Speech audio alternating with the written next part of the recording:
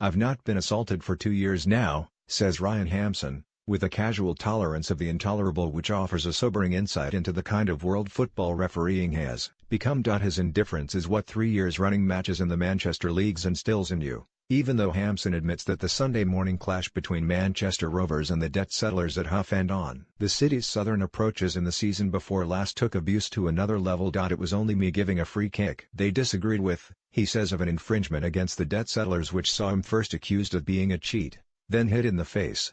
"Maybe I should have abandoned the game there and then, but I just got up, sent him off and carried on." The incident went to an FA disciplinary tribunal which found the abuse unproven.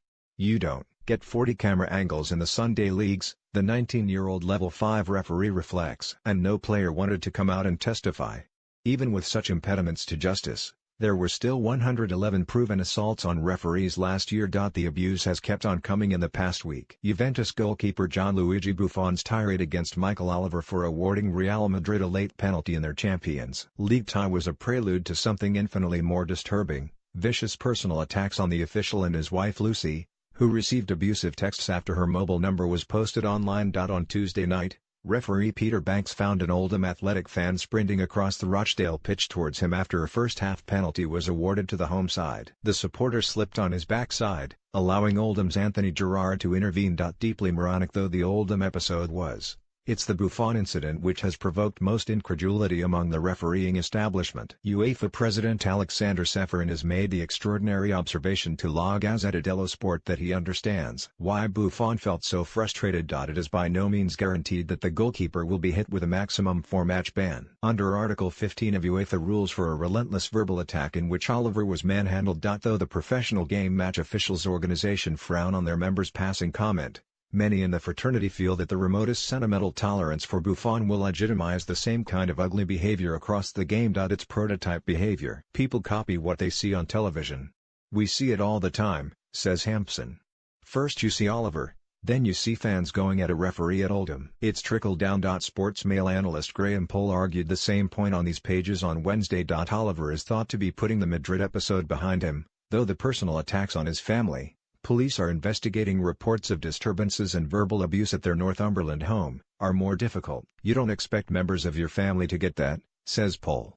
"That affects you more." The threat to Banks' safety was also the product of local factors. There was even a hashtag for some Oldham fans planned to #TakeOverTheTown when they travelled 7 miles north to Rochdale for their biggest game of the year, which also happened to be a relegation scrap.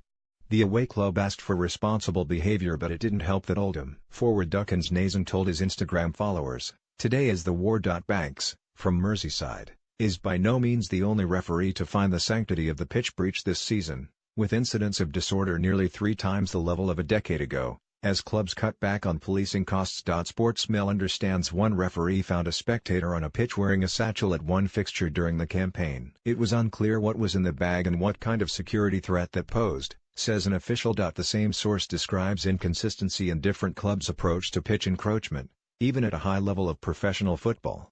One club will say they have staff with football boots on, ready to give chase, others don't. The absence of respect for officials is the bigger problem, though, and there is by no means consensus on how to instill it. A championship official tells Sportsmail that a zero-tolerance approach to dissent is simply not viable. "If you went out and put up a yellow card every time someone said something to you, it would be bedlam," he says. "You would just inflame it. There are other ways of dealing with it. We visit clubs far more, see players there, and explain the disciplinary system to them. There are more first-name terms, and if, as a player, you know someone, you're far more likely to hold back." Others fundamentally disagree. "I keep hearing the mantra that the first abusive comment should be ignored and that respect is expected after that," says Poll. "But what does that say about the way players can behave? I watch football 6 levels below the professional game now and see match officials routinely abused every week. If Buffon can escape with impunity, isn't that a green light for abuse everywhere?" This is by no means only a British problem. Spain's referees union received over 50 complaints of violent assaults on match officials in youth and amateur leagues in 2017, 3 times more than in 2015 and 2016. A young regional leagues referee, Christian Vera, was head-butted in one incident and police were called. An 18-year-old referee was kicked in the head and knocked out by a player he had just sent off for a violent challenge. Hampson is an ambassador for an impressive new organization, Ref Support UK, which is campaigning for greater respect and support for officials, but it's unclear how long he'll be in the middle. I'll be running 3 cup finals before the end of the season, but the game doesn't excite me like it did, he says. The abuse wears away at you. I can take it or leave it now. Next season? I'm weighing up whether I want to go on.